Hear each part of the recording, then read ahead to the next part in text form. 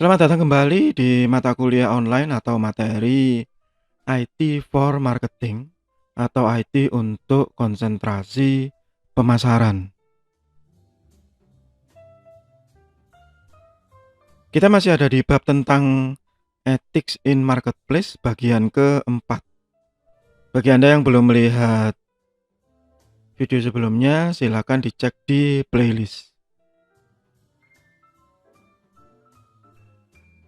Di bagian pertama dari bab ini, saya membahas tentang pemahaman dasar dari etika, kemudian di bagian kedua saya lanjutkan dengan pemahaman awal mengenai market ya atau pasar.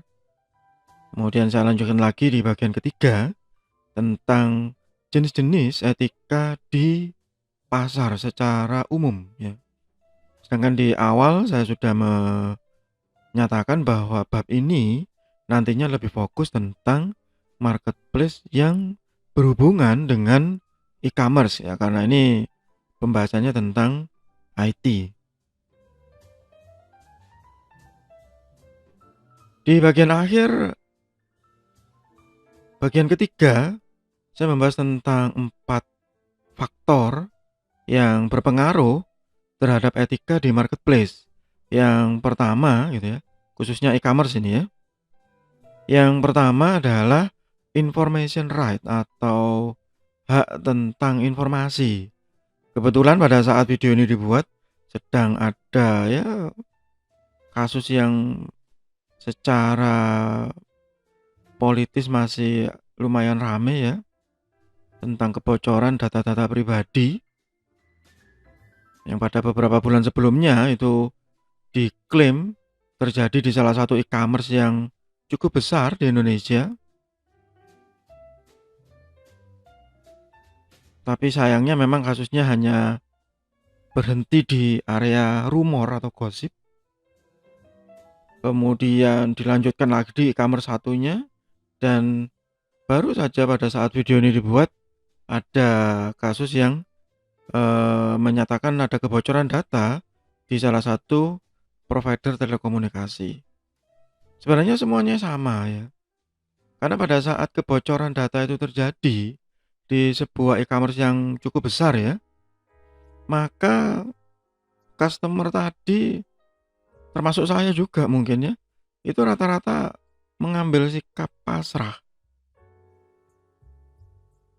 Karena undang-undang di Indonesia yang memang dianggap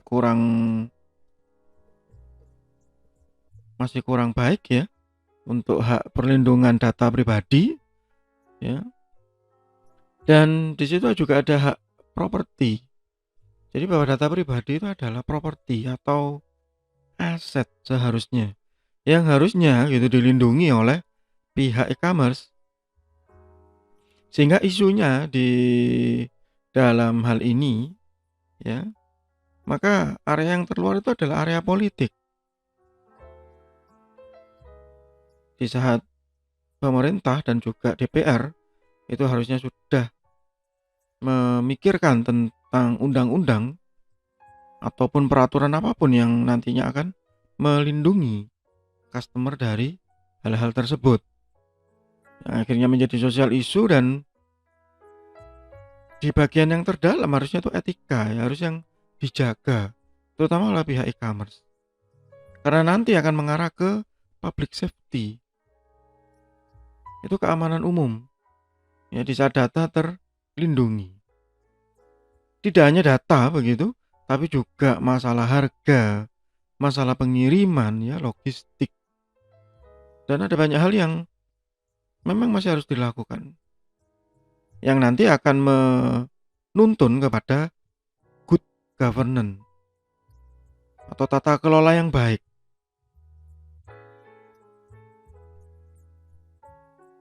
Sehingga nanti akan muncul buyer protection dan juga seller protection. Sayangnya memang biasanya yang lebih banyak dirugikan adalah buyer dibandingkan seller. Bukan berarti seller tidak dilindungi gitu ya. juga tetap harus dilindungi. Terlebih jika seller tadi bukan pemain besar, ya. Saya sendiri merasakan sebagai buyer dan juga sebagai seller, karena saya juga pelaku e-commerce, itu memang perlindungannya seringkali berat ya untuk diklaim. Examine the money back guarantee, warranties and service agreement. Jadi ada jaminan-jaminan tertentu, jaminan uang kembali ya. Saya pernah mengalami ini berkali-kali ya. Sebagai pembeli misalnya, jika ada barang yang tidak sesuai, maka memang money back guarantee ini berlaku ya. Banyak di e-commerce itu memang memberlakukan itu dan itu bisa diklaim kok. Tapi bagaimana dengan perlindungan sebagai seller? Ya, saya pernah mengalami ini misalnya barang yang saya kirim ternyata rusak di tengah jalan. Padahal sudah dengan berbagai macam perlindungan ya, bubble wrap dan segala macam. Ternyata si pihak ekspedisi gitu melakukan hal-hal yang ya di luar logika gitu ya. Entah dibanting atau apa, akhirnya rusak total. Uang kembali, uang pembeli kembali, barang saya kembali. Ya. Uang yang saya buat untuk mengirim juga kembali, tetapi barang saya rusak sama saja. Ya. Terus siapa yang menjamin lagi?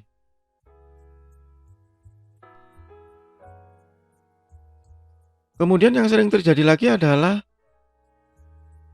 too good to be true. Yang kedua, compare prices to those in regular store. Too low prices maybe too good to be true. Wah, ini banyak sekali ya kalau di e-commerce. Apalagi kalau yang menggunakan model-model flash sale gitu ya. Ada banyak kisah seperti itu. Ya meskipun tidak semuanya.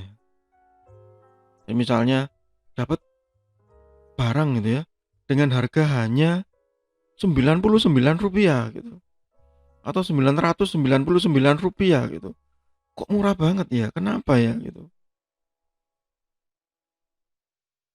Ya ada memang yang sangat murah, beneran ada.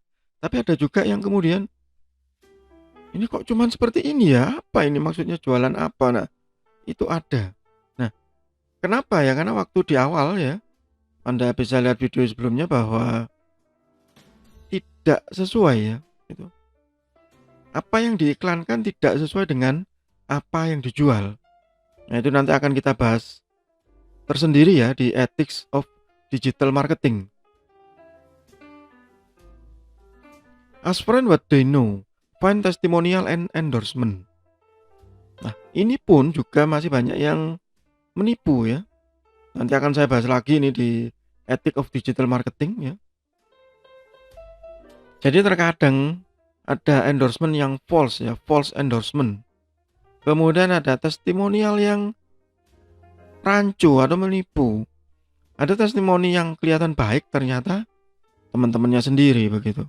Ada testimonial yang jelek ternyata tidak beralasan. Ya, tidak beralasan. Contoh ya, contoh. Ini banyak sekali di e-commerce, saya juga mengalami hal seperti ini ya. Misalnya barang sudah saya kemas rapi, baik, dan tidak ada satu kekurangan pun di barang saya.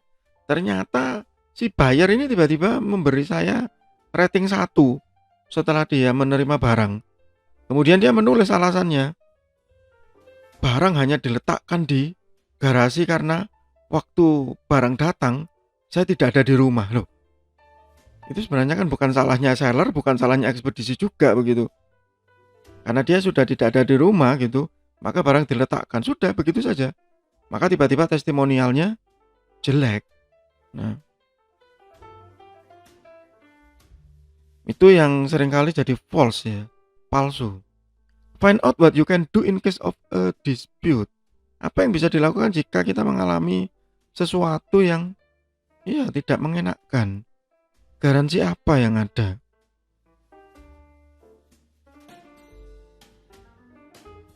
Sehingga sebenarnya buyer protection itu seharusnya ada. Do not forget Do you have the shopper rights? Ya, itu yang seringkali terjadi dan seringkali dilupakan. Itu kenapa kita di Indonesia sebenarnya kita punya undang-undang yang melindungi konsumen. Dan ini konsumen apapun. Ya. Kita juga punya lembaga arbitrase atau penengah ya, yang dinamakan YLKI, Yayasan Lembaga Konsumen Indonesia. Ya karena namanya juga yayasan, maka sifatnya itu arbitrase saja. Jadi bukan satu lembaga negara yang mengikat begitu. Tapi lebih ke arah memberi saran gitu ya, memberi komentar begitu, yang itu kurang ya, masih kurang untuk pihak pembeli ya. Pada saat video ini dibuat masih undang-undang yang lama tahun 99. Semoga nanti wakil-wakil rakyat yang ada di Senayan sana bisa paham dan sadar untuk merevisi ya undang-undang ini, karena memang ada banyak yang memang harus direvisi di era e-commerce begini, era e-money, pembayaran yang cashless ya, yang mulai digalakkan lagi pada saat masa pandemi ini, sehingga memang harus direvisi, diperbaiki ya. Jadi di undang-undang ini ya ada banyak pasal gitu ya. Nantinya akan saya ambil beberapa pasal yang cukup penting khususnya untuk di marketplace, khususnya digital marketplace atau e-commerce ya. Dan nanti ada beberapa hal di undang-undang ini yang mungkin tidak tercantum atau tercantum secara samar, yang akhirnya terpeleset begitu ya, bukan lagi menjadi rule atau aturan, tetapi menjadi etika. Itu dulu untuk bagian keempat ini. Kita akan lanjutkan lagi di bagian berikutnya, masih di IT for marketing atau IT untuk konsentrasi pemasaran, bab mengenai etik for marketplace. Semoga bermanfaat. Tetap sehat, tetap semangat. Terima kasih.